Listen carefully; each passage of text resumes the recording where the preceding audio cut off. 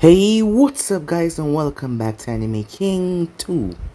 And today I'm going to be giving you part 5 of What If Godlike Naruto was sent to the Marvel Universe. Remember to get this one to 100 like as usual, share this to all of your friends on your social media platform, and also guys, don't forget to stay in tune for the rest of what ifs coming your way. If you're new, yes I did have 4 channels, Anime King 2, Anime King 3, and Anime Prince guys, which I post what if on every single day for you guys to enjoy. So go ahead and destroy that red subscribe button and become part of the Anime King family. And thank you for all of your help and support. And yeah, without further ado, wasting more time, what do you say we jump right into this new episode? Starts the intro guys.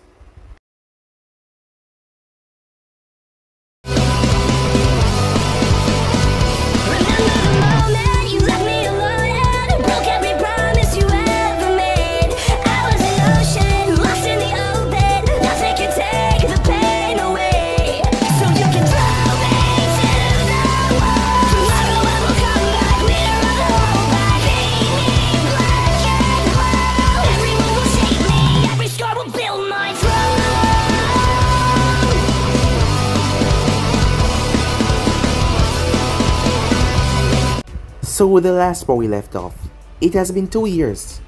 2 years since Natasha told Clint that they would find Naruto in a week. However, he has been, well, making them look like a fool for the past 2 years. A lot has happened. For one, there was an international spy network that gathered information from the most darkest place that no LAPD or Secret Service could get. However, Nick Fury and the others knew that this was Naruto, as he was selling his services not for money but for things. Once he asked for a Quinjet, another time a huge box of special ramen, as he was ordering things that, well, everything except for money. And so far they noticed that he wasn't doing it for the enemy, so that was a good thing. However, the US could not allow this to happen, as they need to keep a handle on these things. But at the moment they were unable to get him or find him at all, as Naruto sent in another message as there was something going on in Budapest. So with that, Clint and Natasha made their way to check it out. Meanwhile with Naruto, he was finally back, as Naruto has done a lot in the past 2 years. For one, he has opened a chain of restaurants across the entire world. There was so much of them. Using clones and Fuinjutsu, Naruto was able to run everything. As Naruto hopped over the gate and arrived, well, not really a gate, Jarvis was confused as he asked this individual how did he get in here, as Naruto said he hopped the gate, which was a 10-story wall. As Naruto told Jarvis that he was a friend of Tony. A child then rushed out as Naruto greeted said child. Pepper took her and told Tony to explain to him. As Naruto realized what was going on, Tony explained after Naruto was gone. Well, a few months in, Pepper and him got together. And well, because of that night, as you can see, his daughter was a result, his little love of his life, as Naruto was really happy for them. When Pepper found out that Naruto was in charge of the restaurant that Stark was trying to branch out in, Naruto and Tony made a deal. However, Pepper was shocked, as how did he have so much? Not to mention he had one in North Korea, which seems impossible, but he did. As Naruto was able to do the impossible in just the span of 2 years. However, they knew if they keep on racking their mind about how he does certain things, they would go mad. So with that, Naruto was playing with the little child until he got a look on his face, until he told him that he'd be back in a couple of days. So with that, he left. As at Budapest, things went bad really quickly. Black Widow and Clint was separated, as Clint was taking heavy fire, as he was forced to go into a warehouse along with his men, as a lot of them got injured, as he was the only one left standing. And what was coming for him was, well, something terrifying. It was a Winter Soldier. Meanwhile that was going on, as Natasha came too. She was surrounded by men. As one of them came in, they were introducing himself. As this was all a setup. They wanted information about Naruto. They did not know who he was, but they wanted to know who he was because Naruto was foiling a lot of terrorist plans and a lot of high government that were corrupt. And they wanted to know who he was. They were sure that S.H.I.E.L.D. knew about it. The man had a truth serum that he was going to inject her with. However, Screams could be heard come from outside. He sent his man out there to investigate. Someone then ripped off the door. As Natasha closed her eyes, feeling the person walk towards her, thinking that she was gonna die. However, when she heard his voice, she racked her mind and she couldn't believe it. Naruto? As Naruto mercilessly slaughtered all the men inside with threads that came out of his body, it was a Jienko from Take. As Naruto threads were at least 100 times stronger with the capability of tearing through steel and stone.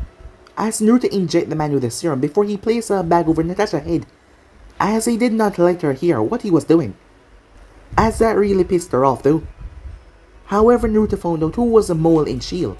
and what was the guy working for, and he said Hydra.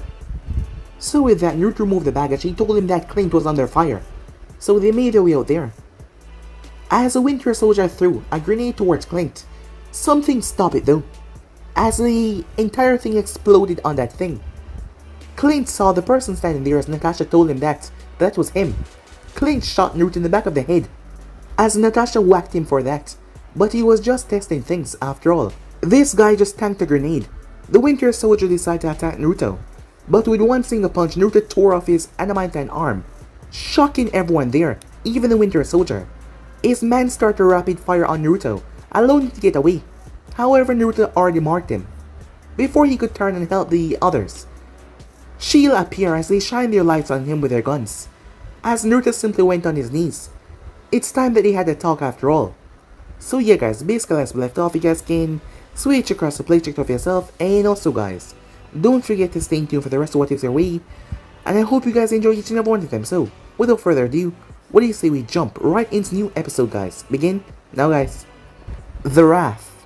It was built in the 1970s as a black site maximum security prison, initially run solely by the US Marshal Service. It is now joined and operated by the U, SMS, and S.H.I.E.L.D. after it was upgraded in the 90s to hold prisoners with more superhuman abilities. The Wrath itself is a semi-submersible, self-propelling, circular rig that is self-sufficient, and it only needs to be resupplied twice a year. It is always at least 200 kilometers away from any land mass and shipping lanes to make sure that it cannot be accidentally spotted. It also stays near the eye of the storm to make sure it cannot be spotted. The cell itself, they are modern and it can be customized to counteract the abilities of the occupants that are inside. Any attempts to try and escape are dealt with lethal force. If all the safe measures are passed, then the raft would sink itself as deep as it could go.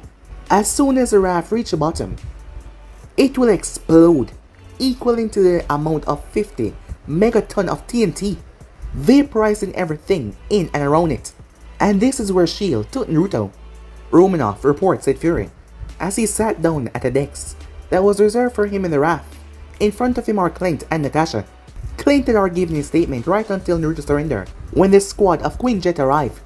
I was on top of the railing under the bridge as planned when the other cars arrived. The general dismounted, but the surprise came from the seller side. It is not the same seller in the file. He named himself to me earlier as Octavian Bloom. The general also seemed surprised by the switch up. Bloom had calmed the general down and told him that his original contract was occupied due to some inconvenience, but we still have your item. Natasha said that she recalled the events that happened at Budapest. Bloom walked behind his car after the general accepted his reason. That is when all hell broke loose. Bloom's soldiers are well coordinated and trained. They immediately took out the general and his guards. I guess it happened at the same time when Barden and his team were ambushed. I was gonna fall back when a tranquilizer dart shot me. It's like they know where I would be. She added the last part for Fury not to place anything in the report because there was someone leaking information in the agency. When I came to, I was already strapped to a chair in a bunker with a reinforcement door in front of me. A few minutes later, Bloom and 8 guards entered the room, interrogating me. For what, said Fury. The identity of the broker, sir, she said, purposely leaving out Naruto's name. The ambush on Barton and his team seemed to be a leverage for me to talk. They would let them go if I gave information about the broker, she said. They even showed me a feed of Winter Soldier heading towards Extract Point A. When Clint heard that part, he had some mixed feeling about Nat's decision right there. He understood that her choice is the right one, but it does highlight the fact that one's life is less important in the job than information. When I didn't budge, he stabbed me with a syringe of some kind of truth serum, but he never got the chance to inject it into me. She paused and took a breath. Screams and gunfire came from the outside. Bloom sent 2 of his guards to check what is happening, but the screams just got louder and closer. So he ordered the remaining guards to lock the door and prepare. Cries for help came from the other side, but it then suddenly stopped. The blood rolling behind the door left quite an impression because they all moved back behind me. I do not know what happened behind me, but I do know the aftermath. The guards, all of them, were shredded to pieces. Still can't figure out how he did it though. The door opened after that, and he then walked in. He asked me how I am, but when I didn't answer, he grabbed the syringe, removed it from my thigh. Then he placed a burlap sack over my head. The bag must have had some tech in it because sound would not get in, but I'm sure that it was getting out. So he used the serum to get information on Bloom. Do you know what happened to him? Said Fury. Shredded to pieces just like the others. When we got out of the room, said Natasha, as she left out some stuff. He grabbed my hand, then we suddenly appear 50 meters behind Barden. It felt like I ride a roller coaster at least 100 times in the span of a single second. What is your psych profile on him? Fury asks. He's a dichotomy, genius level intellect, hidden behind idiocy, she said, maturity and childishness, seriousness and playfulness. He can be any one of us in a drop of a hat. He also might be a great actor hiding something that he don't want any one of us to know, but he seemed to prefer a good fight over a debate. If it was me going to interrogate him, I would treat him as a high-functioning sociopath, she said. Fury sat there as he absorbed the report. That is when Coulson came in carrying a folder. I got the report here, boss. I hope you don't eat breakfast yet, said Coulson, as he handed the report over to Fury. I only had donuts, said Fury as he opened the file. But it looks like it's too much, he said. What the hell happened? Is all of this cleaned up? According to the text on site, the bodies are either shredded or exploded. Craters, bullet shell indicate that they fought by the enemy, but he shrugged it off. As for the cleanup, they're still not yet done. Only 40% are finished last time I checked. They had to use hazmat suits since all the blood and guts are considered a biohazard. The local fire trucks are borrowed to speed up the cleaning. Clint glanced at the photos as those things are only in horror movie and slasher films. Fury decided he had enough as he closed the file as he placed it in the drawer. How about our guests? Is he already settled in? Asked Fury, referring to Naruto. He's settled down in the room, but the guards are losing it because since he got off the plane, he's been asking for ramen. Coulson said with a small smile. You 3 come with me, said Fury as he got to his feet. We're gonna ask our guests some questions. Throughout the whole exchange, they did not notice a slight distortion at the side of the room as they made their way off. As for Naruto, he was bored out of his mind as he waited for something to happen. The room that he's in is the Omega Cell, the highest security cell on the planet. Below the cell is open water. The walls are made of triple layer cubic boron nitron glass that will allow someone from the outside to see clearly inside.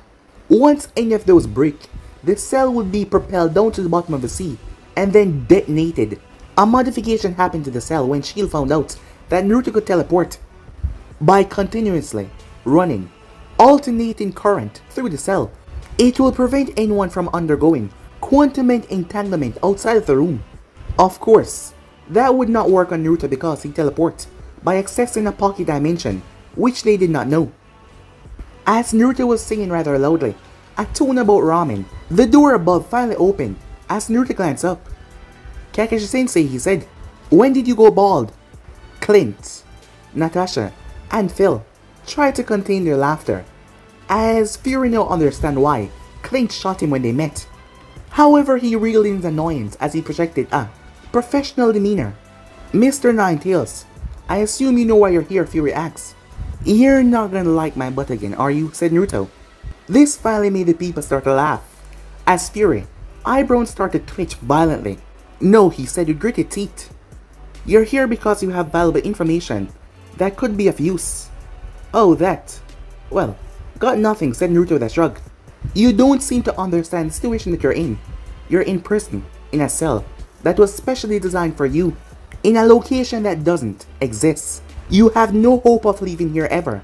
The moment you even try to get out of there, it will launch you to the bottom of the sea, and then nuke the hell out of you. You understand, he said, looking directly at Naruto. The thought of someone living in a nuke was just too much to handle, as they expect him to break and start to tell them all he knew. However, what they didn't expect was for him to start to laugh. Really hard, as he found the whole thing rather hilarious. He collapsed on the floor holding his side laughing. It took him a while, damn. I haven't had a good laugh like that in a while, he said. Alright, said Naruto as he raised his hand. I got 5 reasons why. I'm not gonna tell you crap.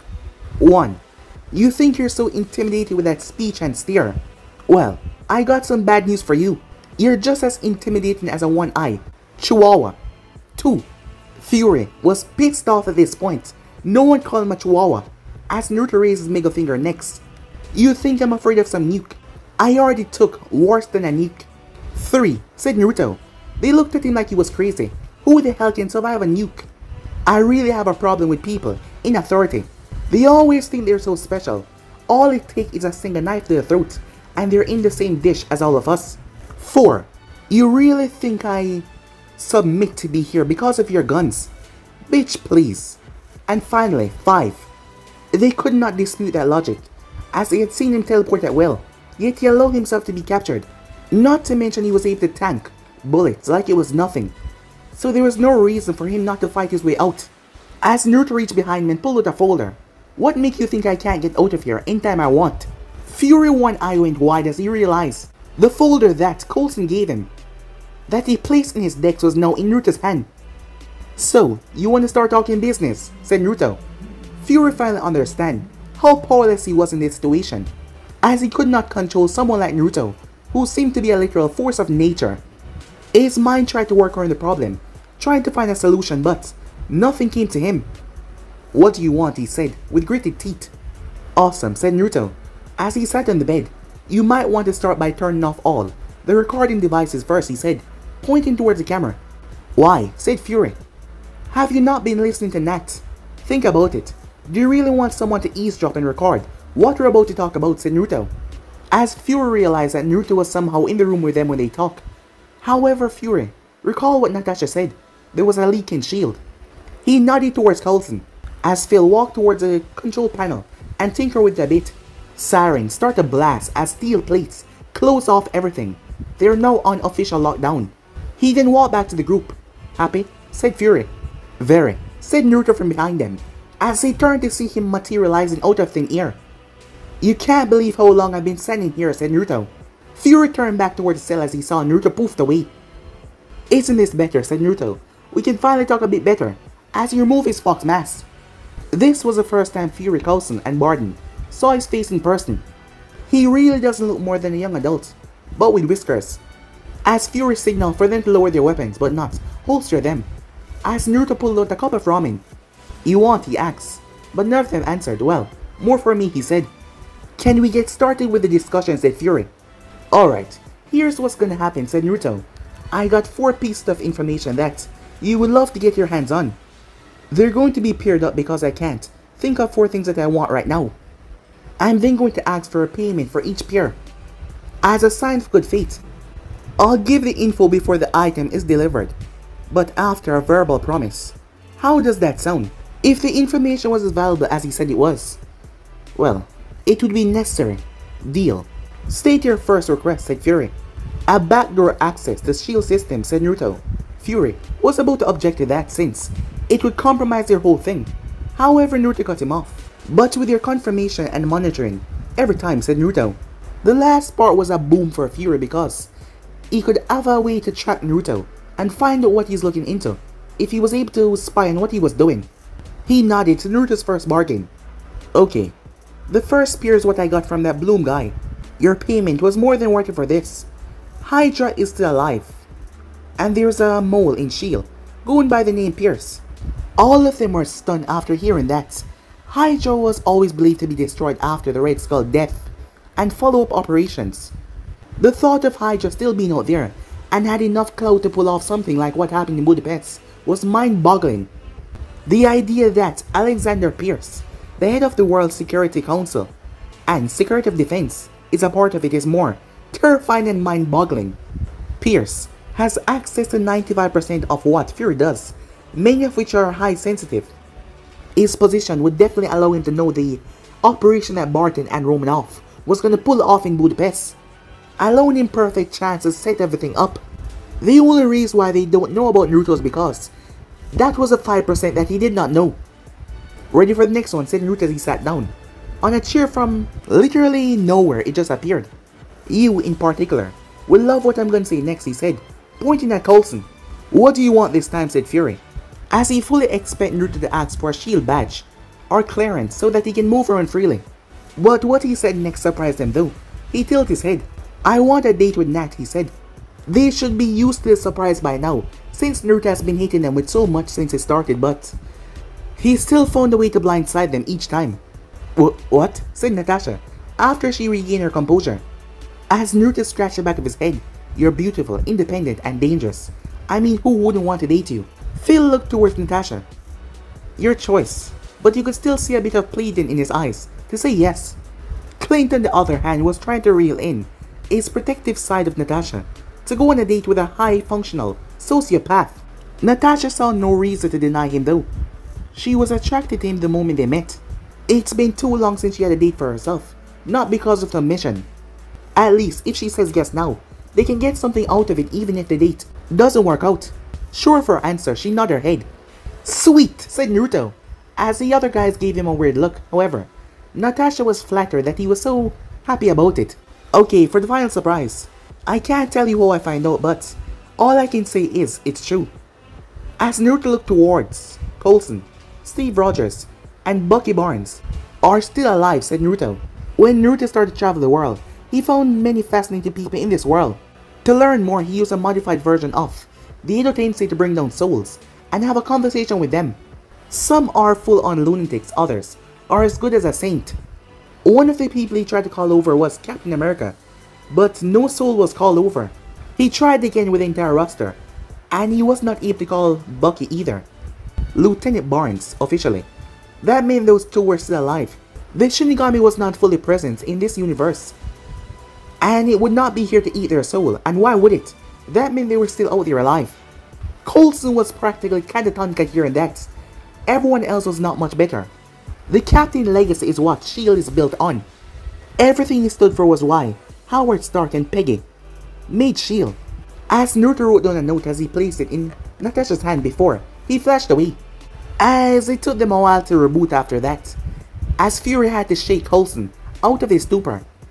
We have a lot to do, Fury said, as he terminated the lockdown, as Natasha felt something in her palm as she opened it. She looked to see a note. Wear casual and comfortable clothes. I'll pick you up at 8 AM.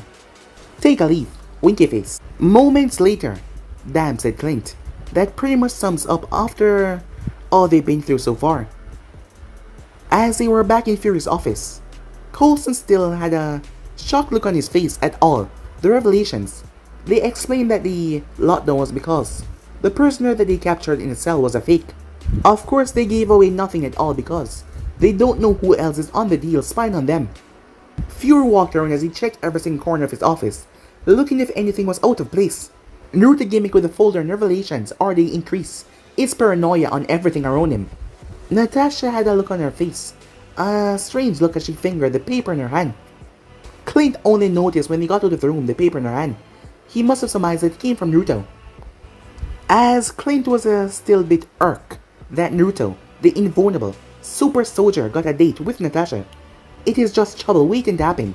But on the opposite side of the spectrum, he's happy that she's doing something normal for herself, that she could enjoy. The door opened as Coulson came back in. Did they bite? Asked Fury. Yeah, they're just really pissed off about it, said Phil. Good, said Fury with a nod. This goes without saying no one will discuss anything that happened here unless I give the permission to go ahead. Is that clear? They all nodded in confirmation. The aftermath of the information today getting out would be catastrophic. Who knows how much Hydra agents are still around and in S.H.I.E.L.D. They need to plan every step of the way by themselves and with minimum involvement outside of this group. Maria Hill will also need to be informed about this development since she is Fury's closest right-hand woman. The logistics of setting everything up without her would be a nightmare. Boss, I would like to follow up on some leads that he gave us, said Coulson. Which one? Because there's a whole bunch of shit that we need to go through, said Fury. The one about Rogers and Barnes. Why? Fury said, urging to explain his reasons. The crisis looming over our heads will not only affect S.H.I.E.L.D., sir. It will disrupt some fundamental beliefs that is held by everyone. When the inevitable shake-up happen, a new symbol need to be placed for everyone to rally behind. Who better for it to be than the captain himself, said Coulson. Are you sure it's not just because you want to find the captain, said Fury. That's just a bonus, sir, said Coulson with a smile. Okay, you have clearance. I want you to compile everything about Rogers and Barnes in a remote network. Make sure it cannot be hacked or copied. As Coulson nodded, how long have you been preparing that speech of yours? Half an hour, said Phil, with a shrug. Now that is out of the way, it's time to talk about the next pressing issue, said Fury as he turned towards Natasha. Romanoff date with a teleporting super soldier with a sociopathic tendency. As Natasha saw the reaction of her team and knew that the next few minutes were going to be hell. We need to prepare a strike team and an air support package, said Clint. We should probably also place a quick response team and 2 civilians team to follow, said Coulson, as Phil believed that Natasha could take care of herself in most situations. But if the problem was Naruto himself, what exactly can they do about it? So in summary, he said that just to rile her up. Natasha couldn't believe what she was hearing from these two. Are they saying that she's incompetent or incapable?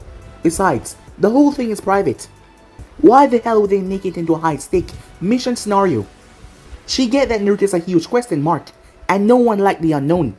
She also understands that he's a natural security threat, but for the love of God, they're just going on a date. The only thing that stopped her from her outburst was because Fury was in the room. As Phil glanced towards her from the corner of his eye, he enjoyed the emotions on her face. It is rare that you get time to mess with a Black Widow. However, Clint was completely oblivious to the peril that he's placed himself in at the moment. He somehow decided to take on the role of the overprotective brother and disregard Natasha's opinion in all of this. Although amused by the play-by-play, Fury would like to get back to the conversation without losing 2 of his agents. Romanoff can take care of herself, said Fury. And in case something happened that goes out of her league, she will take with her an emergency band and her phone. Is that acceptable, he said. The emergency band is a watch created by S.H.I.E.L.D. to track high profile during mission. It can transmit and receive data from almost anywhere on the surface of the earth. The location and vitals are sent to command, while messages can be sent back as well and read through the watch face. The user can also send a direct call that will alert that something went wrong. Everyone agreed to Fury's decision, although Natasha is still a bit miffed about being tracked. Well, it's better than being listened to. What Fury did not say was that the band that she was going to be wearing has the capabilities of listening in and has a live video feed. Coulson, prepare the jet. The earlier we get back, the better, said Fury as he walked out of the room. As Coulson walked out afterwards, as Barton walked over to a locker to get his bow and quivers, as it was a policy of the RAF. I'm gonna kill him, said Barton. I'm really gonna kill him, said Barton, as Natasha came over. Instead of his high-tech weapons, inside was a pink bow along with pink arrows. As it was a letter, told you that we're not done yet. P.S. You'll get it back after the date. Time skip. Tony, Happy, and Rhodey were roped in another one of Pepper's crazy house rules. If you're not, I guess, and present in the house early in the morning, you have to help out in making breakfast. And not just any simple toast. It has to be an English breakfast because breakfast is the most important meal of the day. On top of that, Pepper is such a control freak. However, she hides it really well. That is why Happy and Rhodey really came to the Stark household so early in the morning. They were present that morning though because Tony texted them that he needed help. However, the son of a bitch just wanted someone to suffer with him. Tony was assigned to cooking the beans. Happy was frying the meat and eggs. Rhodey was squeezing some oranges. And Pepper was preparing the salad. Jarvis voiced and spoke up. Sir, Miss Morgan is finally awake. She looked like she required diaper change, said Jarvis. Tony and Pepper looked at each other, silently debating who was going to change Morgan's diaper. Rhodey and Happy looked there rather amused. After a few more seconds, Pepper finally stood up. It looks like she lost the debate as she got up and washed her hands. Jarvis spoke up once again. Miss Pot, it looks like Miss Morgan is already being attended to. Oh, thank you, Jarvis, she said, as she returned back to preparing the salad when she paused, realizing something. There was 4 people inside the house excluding Morgan. If all of them are now preparing breakfast, who the hell is with Morgan? At the same time, the others also realized the situation. They all stood up, making sure that they brought some kind of weapon as they made their way upstairs. Tony brought his spatula. Happy dumped the food cooking on the pan as he brought the pan. Pepper brought a wooden spoon. Only Rudy had a real weapon, which was his service firearm. As they reached the door, Rudy had Happy pull Tony and Pepper to the side. It's better if someone with experience enter first. As Happy signaled that he would open the door while Rudy stormed in. As the parents were on a panic attack, as Rudy raised 3 fingers as he started to count down. 3, 2, 1. Happy opened the door as Rudy rushed in. Turn around your hands up, he said, as he pointed his gun at the man. His back was facing them. Morgan then started to cry, hearing the shout from Rudy, as Tony and Pepper peeked inside the room to see if their baby girl was okay. The tension was rising at the exponential rate until it crashed back down to 0. Great. You just made her cry. Happy now? As the 3 of them recognized the voice, except for Rudy. What they saw relief and annoyed Pepper at the same time. Naruto was feeding Morgan and carrying her. Rudy on the other hand didn't know who this guy was. As Tony sighed, he walked in between the two. Rudy, Naruto, Naruto, Rudy. Now put the gun down before you accidentally shoot someone. Tony gave Naruto a hard stare. You, when did you get back? 30 minutes ago. Why? Said Naruto. Pepper pushed forward, making Naruto step back from the glare that she was giving him. Why didn't you say that you were already here? And how did you get in? You almost gave me a heart attack, she said. The loud sound made Morgan cry once again, as Naruto involuntarily gulped in fear, as he started to sway Morgan in his arms, to make her calm down. I thought you already know since Jarvis is installed into your security system. And as for the entrance, I used the window. Some guys are keeping an eye on your house, and I don't want to cause a problem, said Naruto. What guys? Paparazzi, said Happy. As the head of security, he should deal with some unsavory people looking into the family personal life. I don't know, but it doesn't look like it. They wore suits and they had guns. If you think about it, they might be some government spooks. They've been there before I even arrived. Happy internal alarm started to ring. Who the hell gave anyone authority to survey the Starks? Excuse me, he said, walking out of the room. When Pepper finally calmed down, she finally pulled Naruto out of the room while he carried Morgan. Once they got downstairs, she took Morgan away as she pushed him in the kitchen. You're gonna finish preparing everyone breakfast. You got 20 minutes, she said. And no ramen, she said, as she walked away with the baby. Time skip. Okay, new rule. Naruto cook every time he's here, said Pepper, as she tastes his version of an English breakfast. She had no idea how Naruto convert their half-cooked meals into one of the most glorious meals she ever had. She finally understands why his stores are hauling cash with Naruto recipes.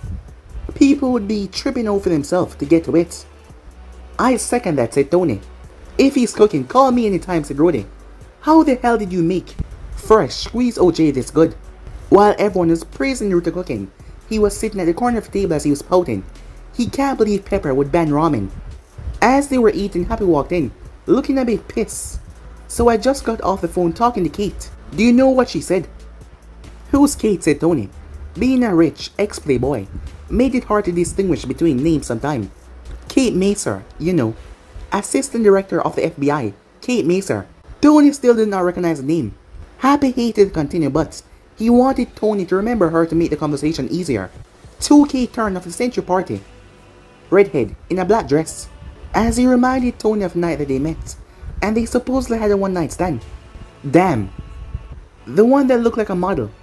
She's AD now, said Tony, as he said more than he wanted to say, causing Pepper to slap him on the arm as she gave him a disapproving stare. Anyway, said Happy as he served himself some breakfast.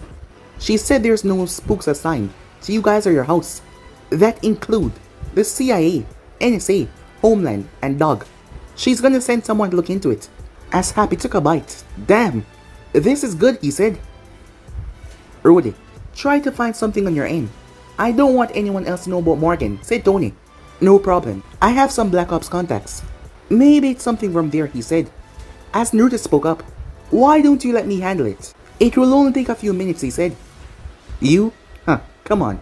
It's one thing to take mob thugs by surprise, but dealing with trained agents? That's a whole other ballpark, said Rudy. Wait a second, I saw what he could do. If no one officially sanctioned the guys that are surveilling us, Naruto can take them down now and ask questions later, said Tony. There's no one taking down anyone. We're gonna finish this nice breakfast and let the FBI AD handle the situation, said Pepper, as she chastised all of them. As she had a little bite in her tone when she mentioned the Kate Macer. As she turned towards Naruto, so, what got you in a rush the other day, she said. Oh, I got a date, he said. You ran out of the house in a hurry to get a date. Why did it take you a day and a half to get a date, said Tony. Well, there was an emergency I had to look into. That took me about a day to straighten out, and by the end of the day, I got a date, said Naruto. I had meant to ask her out for some time, but responsibilities got in the way. So, you knew her for quite a while, said Pepper. Not exactly. It's more of a I know her kind of situation. But we already met personally before. She had, said Rudy. Oh yeah, definitely, said Naruto. But it's more than that. Pepper appreciated that Naruto did not ask her out just because of her looks alone. She can hurt you in more ways than you can even imagine. She can really defend herself, said Naruto. Happy turned towards him. Is she a cop or a soldier, he asked. Nope, said Naruto.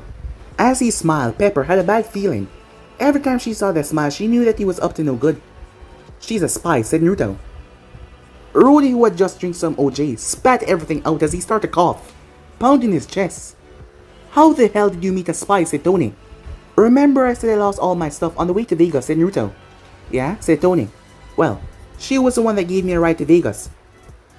She was on vacation doing something in your company, said Naruto. Tony took a double take at that. Wait, you mean there was a spy in my company? And you didn't tell me, he said. Get over yourself, said Naruto. You know you have spies in your company. I bet you even know them. As Naruto turned towards Pepper, quick. How many spies are in your US-based companies, he said. 127, said Pepper. As she was a little shocked. How the hell could someone know that they know about the spies? A whole new secret division had been made. Just keep that a secret. As Naruto faced Happy and asked, how many of them are corporate spies, he said. 96, Happy said. If Pepper had no problem revealing what they know, there is no way that he'd raise a fuss right now. Well, you're wrong, said Naruto. There's 84. They are corporate spies. Other countries, send the rest. Now that was shocking to them. How can Naruto know these things that they don't know? But the revelation was not over. On top of the 127, there's also 33 deep cover spies that you have not discovered yet. As for the whole Stark industry, there are 2,866 spies in total. The one I asked out for a date, she went in and took care of a deep cover spy from China that you did not know about. I would say that's a positive mark in my book, said Naruto. As everyone was shocked by that. Rudy was the first one to recover as he immediately got to his feet as he drew his pistol as he aimed it directly towards Naruto, who was still eating. Who are you, he said, and what did you do before? If the man is as skilled in combat as Tony said, he can only be 3 things. Ex-Special Forces, a mercenary, or an operator. Pepper rapidly pulled Morgan away from the unfolding situation. The only thought in her head was keep her daughter safe, as Tony and Happy tried to de-escalate the situation. I said before, I am Naruto Uzumaki. I was a freelancer contractor, said Naruto. Freelance contractor is another term used for mercenary or assassin, said Rudy as he got a bit twitchy finger.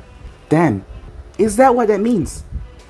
Now I understand why she was tense when I said that, as he saw that Naruto's attention was slipping away from him as he snapped his finger to get it back again. Oh yeah, where was I? Freelance contractor, said Happy. Oh yeah, said Naruto. I really was a freelance contractor. Like I would do almost any job from menial, house painting and cleaning, all the way up to search and retrieve and bodyguard jobs. Hell, one time I helped build a bridge while protecting a junk architect. Good times, said Naruto, with a nostalgic look on his face. What the hell kind of job is that, said Rudy, not thinking there was a job that did all of that. I just told you, a freelance contractor, said Naruto. So you did bodyguard jobs. Is that why you approached Tony? Asked Rudy. Nope, had no idea who he was then. I just figured out who he is when I travel, said Naruto. As Happy asked the question, how did you find out about the inner workings of Stark Industries? 2 words, drinking game, said Naruto. As they all waited for explanation. A lot of your employees are real lightweight, said Naruto. I met some of them during my travels. When I figured they worked for you, I decided I want to know and ask more questions. It kind of spiraled from there. No one will just tell you secrets, corporational secrets, said Pepper. Hey, people just trust me, said Naruto. I'm still staying here, am I? He said. He got you there, said Tony. With all that cleared up, Rudy, put that gun away. Everyone sit down and let's eat, before the food get cooler. as Rude holstered his gun and sat back down, but he still looked over at Naruto with a weary look. Happy was thinking about what Naruto said about the spies in the company. So now everything has settled out. We can discuss someone date with a super spy. So what's your plan? Don't really know, said Naruto. I only been on a few dates, and my knowledge doesn't really apply to this time. What? That won't do for my business partner. Let me give you some advice, said Tony. As he pushed Naruto out of the room, there was no way in hell he would discuss this in front of Pepper. Pepper shook her head as she knew that it would be a recipe for disaster. James, can you just go with them? Don't let Tony go overboard. Pepper requested. On it, said Rudy.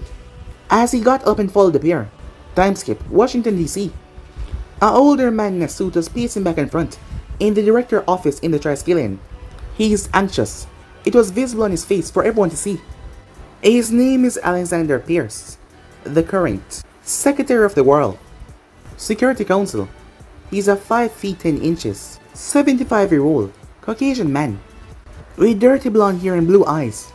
He was the one that used his position to nominate Nick Fury as the new director, which led to a relationship of friendship between the two. But of course there was always Wolf, acting as Sheep. Pierce was secretly a Hydra agent. He was recruited during his time in the State Department. He's the highest position mole of Hydra in the SHIELD and the US government. His job is to smoothly recruit Hydra agents until they were ready, keeping the organization on the down low as well. The reason why Pierce was in Fury office was because he heard that his private jet had landed. This screw-up cost them Bloom, one of Hydra's most effective financial officers, and they had nothing, no information, nothing to show for it. He was the one that alerted Hydra High Council about Romanoff mission. The council had jumped at the opportunity to find out who this Ninetale was. His sources told him that Barton, Coulson, and Fury and Romanoff knowing who the Ninetale was, and that Romanoff was closer. Fury supposedly saw a copy of the Ninetale's face, but there's only one photo, and it's heavily guarded. The whole plan was to capture Romanoff, using Barton as a bargaining chip to find out who the hell was Ninetales. But that plan went to hell. Usually they wouldn't do something this daring, however the Ninetales had become a huge pest in their side. In 1 year he was able to decrease their income by 60%. Terrorist cells, drug cartons, corrupted governments, off-the-book operations are all being taken on one by one because of Ninetales selling information. Not to mention the recent information about their ultimate weapon, the Winter Soldier. He's never failed before. They send him to make sure that everything goes smoothly. When Ninetales showed up, he thought that they would be able to capture him with the Winter Soldier. However, the whole thing was a bloodbath. The only good thing that came to the end was that Ninetales surrendered. He had watched a live feed as he was being brought in with that mask on his face. However, they tried to remove the mask but they could not, and he will not remove it, so they had to leave it on as they locked him up. And before he could see the mask come off, Fury had placed a cell on lockdown, shutting off all communication and the camera as well. And he couldn't even see the beginning because Fury back was turned, so he could not read his lips. When the camera came back on, everyone was shocked. He could see it on their faces, and reports said that the Ninetales was never really there. He had used a clone, as the real one was never there. Pierce was panicking now because there was a possibility of the Ninetales getting information on Bloom and find out about his background, his link to Hydra, and selling it to Fury. That could not happen. That is why he was here to find out if Fury knew more than he should know. The door opened as Fury walked in, with Coulson on his left and Hill on his right. What the hell happened? Pierce said, with a much authoritative tone as possible. The Ninetales never surrender. He just left a clone behind, and that is who we caught, said Fury, as he walked towards his decks. As for Budapest, I say he did us a favor, although he could try to be a bit cleaner. Is there anything that you found out about Budapest? Asked Pierce. If Fury find out about Hydra, they might need to push forward their plan, even though Project Insight still had a 5-year wait before fully operational. Their organized military group. They killed the original seller just to ambush my team. We haven't found out more about them, but I will find out how they knew about the mission, said Fury. Let me handle that one. I will assign Grant and Sidwell on that one.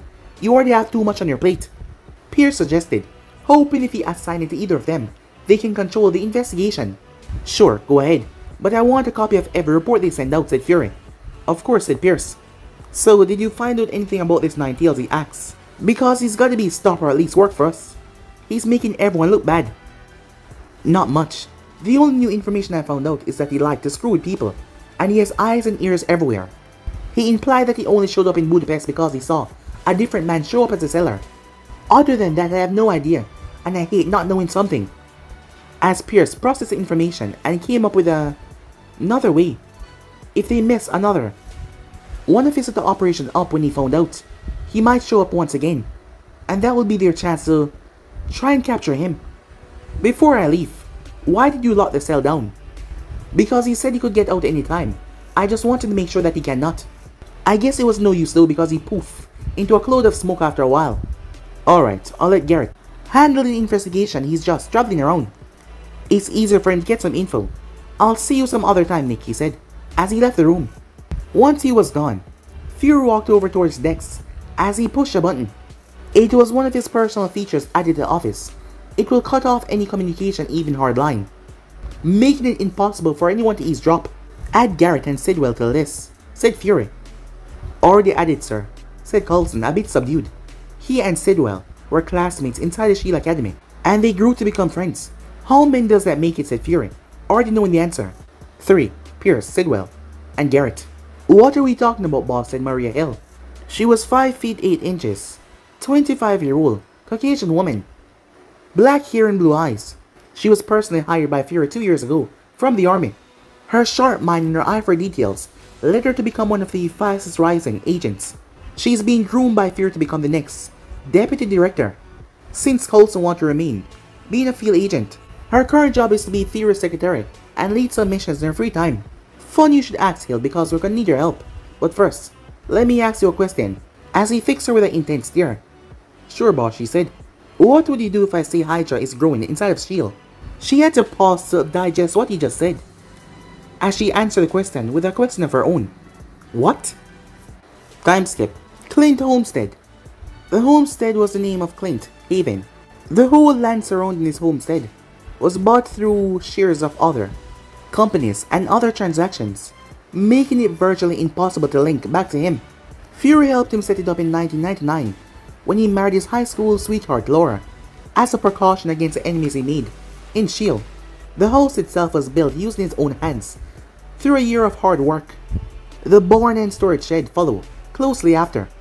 As for the farm they had planned, that was still up in the air. His erratic work days made it hard to maintain it. The only reason why the house was still standing was because of Laura. Laura, she was 5'3", 29 years old, a Caucasian woman with brown hair and brown eyes. She and Clint had already been dating since they were 14 since then. She knew that being with him would be a daunting task, but the love they had for one another made it possible for them to weather through the challenges, and they made the best of their situation. She can honestly say that she's happy with how her life turned out, as Clint considered her to be some kind of martyr. Having a family with a man who's gone most of the time is already enough sacrifice, but living in a semi-isolation area for their safety, well, that's just crazy. And that made Clint love her even more. Their first real challenge was when Lila was born. Living in isolation would stunt her development. It's a good thing he worked for a spy agency, because false identities were set up for them, so Lila could attend classes in the coming school year. Clint landed the decommissioned Quinjet to come home. It was stealthy, fast, and most of all untraceable, with only a push of a button. A heavily pregnant Laura was playing with Lila as she saw the signs of the invisible plane landing.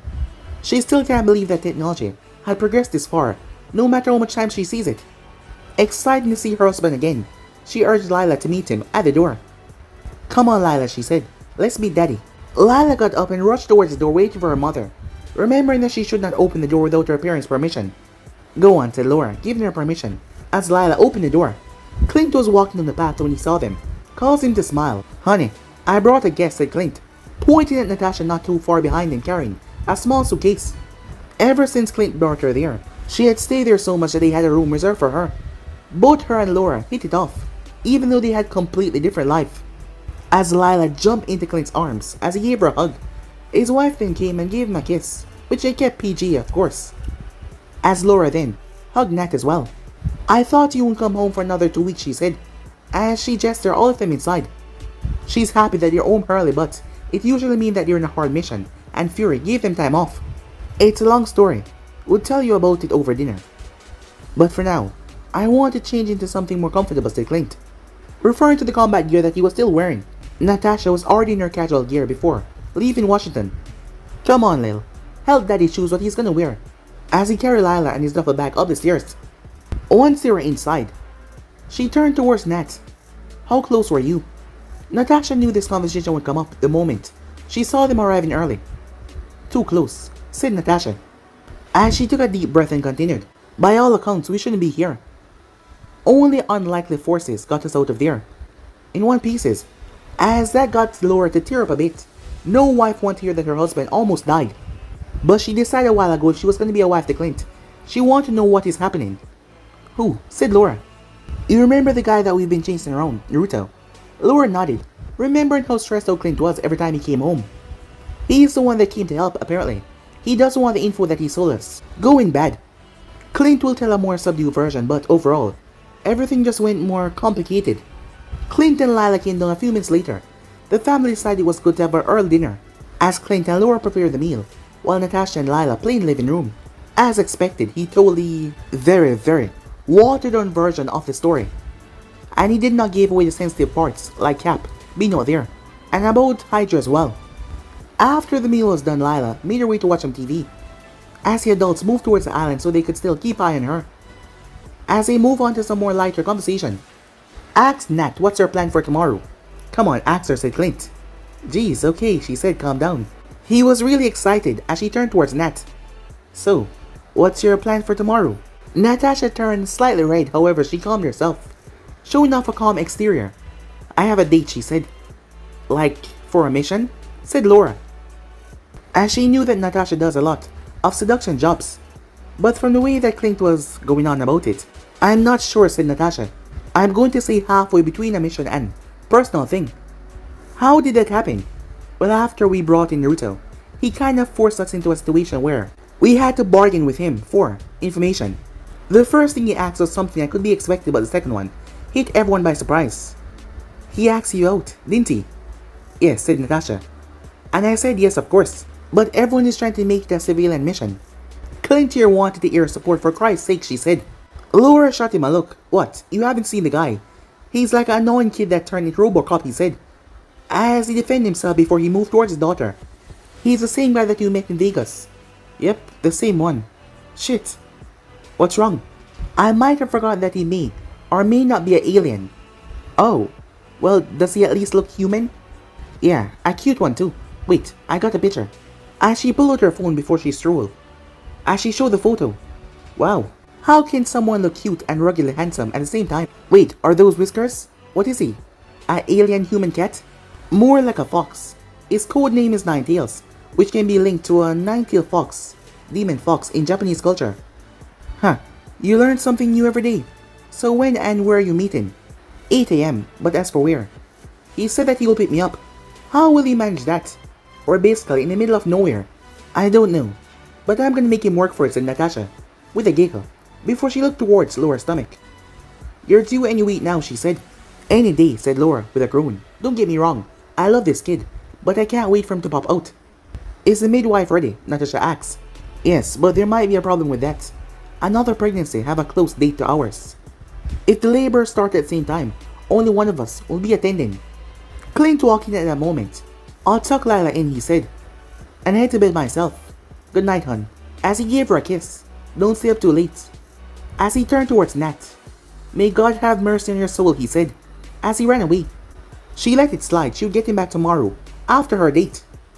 Time skip. The next day. Wow, you pulled out all the stops, Laura said, as Natasha came down the stairs. She's wearing black and blue fitted jeans, a black camo sole under a leather jacket, and brown boots. It's not too much, right, said Natasha, her voice sounding a bit nervous. No, it's perfect. He's gonna love it, said Laura, as she hugged her.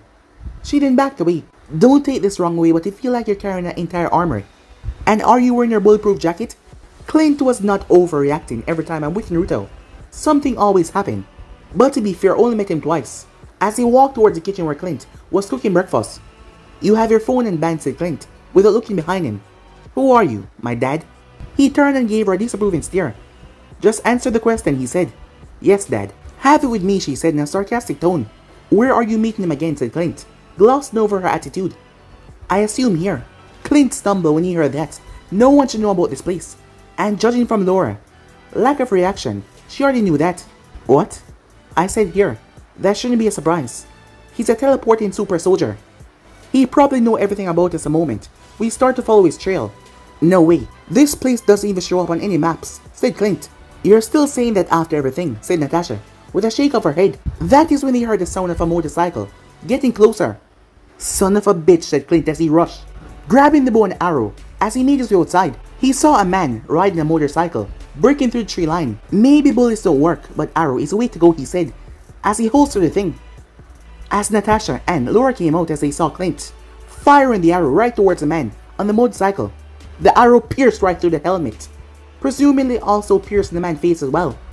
Clint! Laura shouted as she moved towards her husband, but Natasha held her back. Let me go, she said. He can't just kill anyone when somebody shows up. Look at him. He's not dead. He's still going. She turned her head as she realized the bike was still riding. How? She said. That's Naruto. No other way to go about that, said Natasha. Like that explained everything. When Naruto finally arrived, he removed the helmet that disappeared. What the hell? He said. Do you just shoot everyone you meet? How the hell do you even get married? He said. Of course I would shoot you. You showed up in a place that could be considered a black site. Besides, you took my bow. You want your bow? Here, said Naruto as he reached behind him, as he pulled out what looked like a 5-foot-long case. As he tossed it, I told you that you would get it back. Are they always like this? Believe it or not, they only met twice, said Natasha, as Naruto turned his head. Wow, you look great, he said. Thank you. You don't look too bad, she said.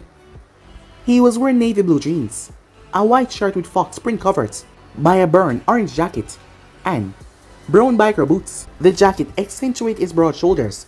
This is for you, said Naruto as he offered her a bouquet of flowers, with a box of Hiroshin kunai in the center.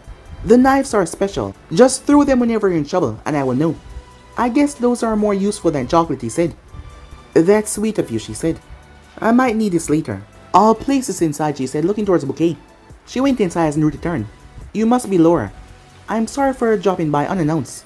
I hope you can accept this as an apology, said Naruto, as he pulled out a large cooler from behind him. As she wondered where he was getting these things. These are already to eat meals, said Naruto. By the way, Clint and Fury did an excellent job hiding you. Thank you, I guess, she said a bit awkwardly. Natasha exited the house, as she was a bit more excited. Let's go, she said. Where are we even going, she asked.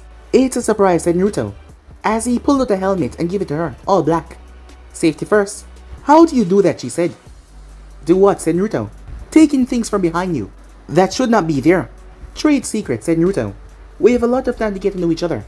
As he spotted Clint opening the case. Come on, we want to be far away from here when you see what is inside. As he jumped onto the bike, she mounted the bike right behind him. Grab onto something, said Naruto, as they moved off. When they were about 100 meters away from the house, she could hear Clint shouting about Pink.